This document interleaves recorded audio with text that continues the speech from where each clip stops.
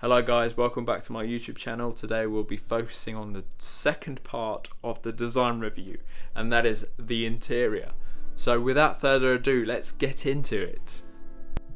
Right, what's changed? What's changed in the new car versus the old car?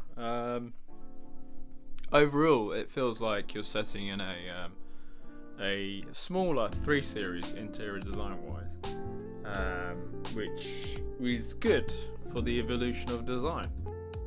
Now, if we have a look at the middle section of the dashboard, design-wise has changed quite a lot. You've got lines that are parallel to one another, with where the media system is, and then the light bar is along the bottom. Shapes are mirrored from top to bottom, which you can see, which is quite a nice feature. The vents have obviously trickled down from the new 3 Series. The gearbox area, the gearbox cluster has trickled down from the 8 Series. Sitting in here versus the previous model feels more luxurious, modern. Definitely a upgrade that was long awaited, and it feels nice to be in here. There are some areas where buttons positionings have changed, i.e. the stop start button. It used to be just underneath the steering wheel. I'll drive the F20 and 21 series, whereas they're all collected within the same area, which is good in versus the cluttered design that you would find in the F20 and F21 series. Same with the iDrive system, or merged the iDrive module to fit in with the gear lever module itself, which is very good because it makes the interior design more driver orientated. The climate control area has changed as well. It's gone for a more cleaner design, whereas on the F21 you would have almost like a long section of screen and then a bunch of buttons on both sides with knobs, whereas now it's more of a cleaner tactile button design, where you have a little screen where it shows you how hot it is, and then next to that you've got 2 vents which have this nice metal finish on them.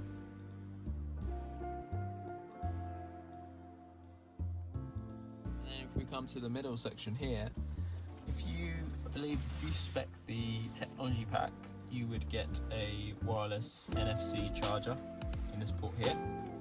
I don't have the option, as you can see, so it's just extra cubby storage, which is quite handy to have. Never would say no to more storage. And then alongside of that, we've got a USB port charger for people that don't have the UFC charger, but it comes as standard anyway in every car. And then you've got your cup holders in here, and you've got your 12-volt socket, which looks like that. Just put that in properly. My OCD.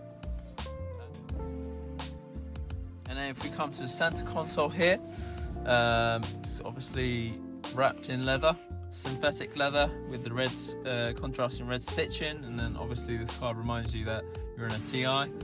Storage is pretty good. I've got obviously anti-back and other such like nature things, and it's where I keep my USB charger for my iPhone and other things like camera equipment, things like that. So if I just show you guys, oh yeah, and there's also an evil eye in there. If I just show you guys, there's a USB-C charging cable port, which is pretty cool. If you've got one of these new premium phones that use a USB-C charging port. I mean, if I give that a shake, it doesn't shake, so it's pretty well made. The only downside there is it's quite hard, so I think they only put the thinnest possible padding on this armrest as such, because it feels quite hard for your elbows to go on.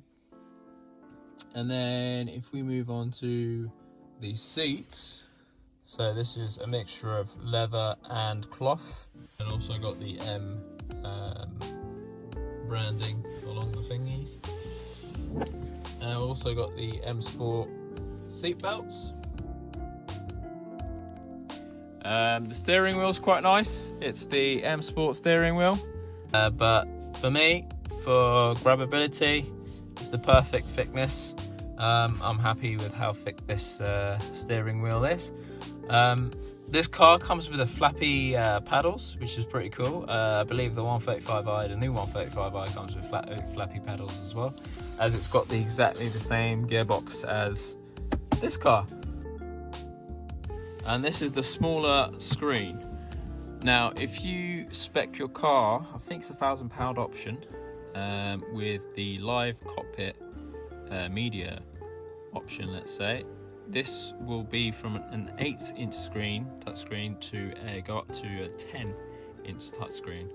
Now, I've got the analog instrument cluster on my car, and I think that is a lot better than the live digital screen cluster, in my opinion. The only reason I say that is, if I'm honest, I don't really like the anti-clockwise way of the speed gauge going up and down. When I test drove a car with it on, it just threw me off and I didn't really like it. So it wasn't a big deal for me to get a car that was with the analog instrument cluster as such.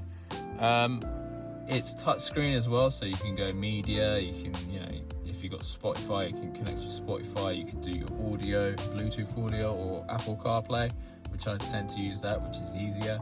Then you got your .coms, so again, all the BMW necessary things. You got car settings, so driving info, power flow, analysis of your driving, sports mode. When you got it in sports mode, this is sports display, which is very good and it's improved. And then you've got your journey data, which you can see how many miles to the gallon you're getting, which is pretty good. Obviously, the more miles you do, the better returns you get on this car. So the best I've got so far is 38. I'm trying to push it up to the 40. This is my seating position, and I'm going to leave it there as it is. So yeah, when I sit down, actually, my head reaches this pillar. So sometimes it is a bit of a pain when I'm at a junction and I look round and all I see is a pillar, but tall person problems, that is. Now, I'm 6'2", so the back isn't really that comfortable for me, if I'm honest. You could comfortably fit 3 shorter people in the rear, but you can only just fit 2 of me and maybe a small child in the middle.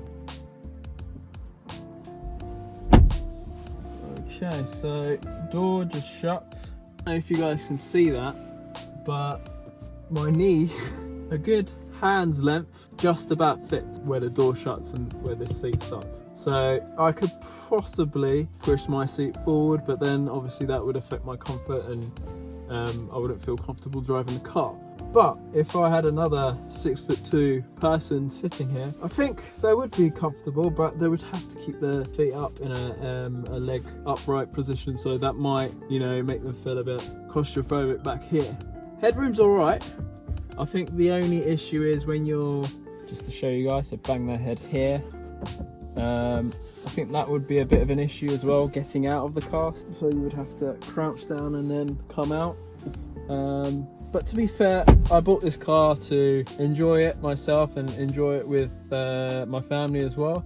I won't be sitting in the back because I'll be always driving. So along the bottom of the seats, we've got these ISO fixing points. USB-C charging port, 2 more for your rear passengers. Illumination bars that you get on the side of the doors, the front dash area, and in the rear section.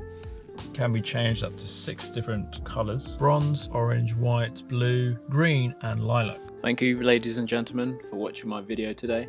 Please like, comment and subscribe, and I will see you guys in the next video.